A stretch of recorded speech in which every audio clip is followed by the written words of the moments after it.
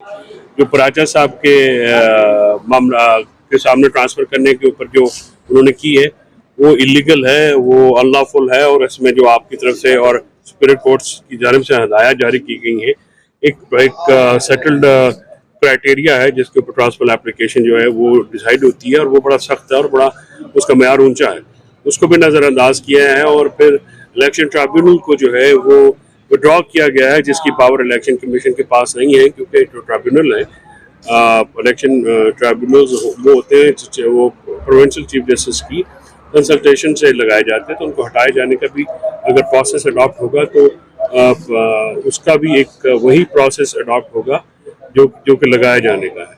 तो इस बुनियाद पे अदालत ने आज जो रावलपिंडी में जस्टिस रिटायर्ड अब्दुल शकूर प्रारी साहब का ट्रिब्यूनल है उसको NA 46 की इलेक्शन पिटीशन के ऊपर मजीद कार्रवाई से रोक दिया है। समाज जो है वो गैर मुअय्यना मुद्दत के लिए मुलतवी की गई है। अब छुट्टियों के बाद ही इसकी जो है प्रोसीडिंग्स होंगी।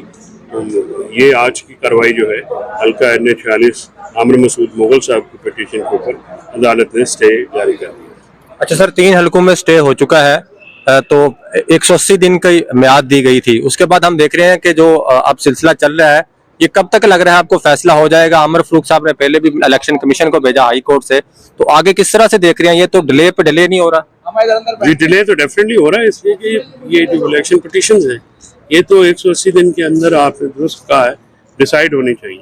तो इनका जो डिले कॉज किया जा रहा है वो तो अदालत की तरफ से और इलेक्शन कमीशन की तरफ से जो मामला हुआ, बेहतर होता कि चीफ साहब ने जब ये रिमांड किया तो जो आमिर मसूद मुगल का जो मेरा केस है वो डिफरेंट है। उसमें मैंने उनकी जो पहली ट्रांसफर एप्लीकेशन थी उसका ना सिर्फ जवाब जमा कराया हुआ, उसके ऊपर हियरिंग हुई है और उसकी ICA भी पेंडिंग है, तो उसको रिमांड करने का तो जवाब ही नहीं पैदा होता। तो रिमांड के ऑर्डर के खिलाफ भी डिवीजन बेंच के पास है, वो जनवरी के सेकंड वीक में थर्ड वीक में वो भी लग जाएगा इंशाल्लाह।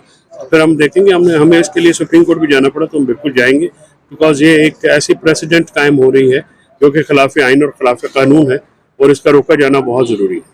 अच्छा सर, ये जो कवानीन में तब्दीलियां हुई हैं इलेक्शन के बाद, तो इस पे अगर कोई भी हुकूमत आए वो अपनी मर्जी से फॉर्म 47 बनाए आ जाए, उसके बाद कवानीन तब्दील कर दे, तो इस पे कहाँ पे देखते हैं सुप्रीम कोर्ट को इस पे नोटिस लेना चाहिए था? जजेस हम देख रहे हैं कि इस पर खामोश है, उस तरह से फैसले सामने नहीं आए, तो इसको किस तरह से देखते हैं कि एक फॉर्म 47 का बीच में था, उसके बाद कानून साजी की गई और ट्रिब्यूनल चेंज कर दिए गए?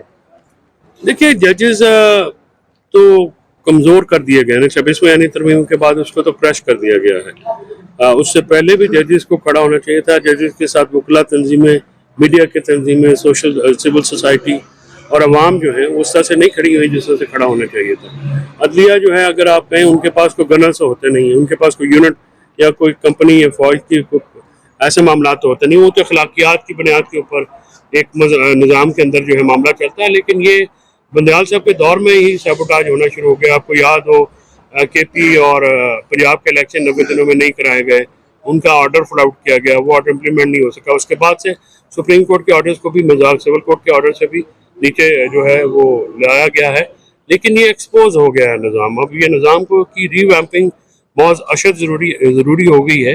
जब तक ये निज़ाम को जो रिप्लेस करके इफेक्टिव कोई निज़ाम नहीं लाया जाएगा, इस वक्त अदालतें जो है अवाम और शहरियों के बुनियादी हकूक़ के, आइनी हकूक़ की खिलाफ वर्जी के ऊपर बिल्कुल वो नाकाम नज़र आती हैं और वो उनको प्रोटेक्शन के लिए कासिर है। मैं बेहतरीन दफ़ा कह चुका हूँ कि आला अदालतों के अहकामात और सबॉर्डिनेट अदालतों के इख्तियारात जो हैं वो इंतज़ामिया जो है ये अपने जूते के नोक पर रख रही है और कोई इस पर अमल दरामद नहीं हो रहा और जो आला अदालतें हैं उस पर वो कोई एक्शन नहीं ले रही, जिसकी वजह से निज़ाम अदल तबाह हो गया है।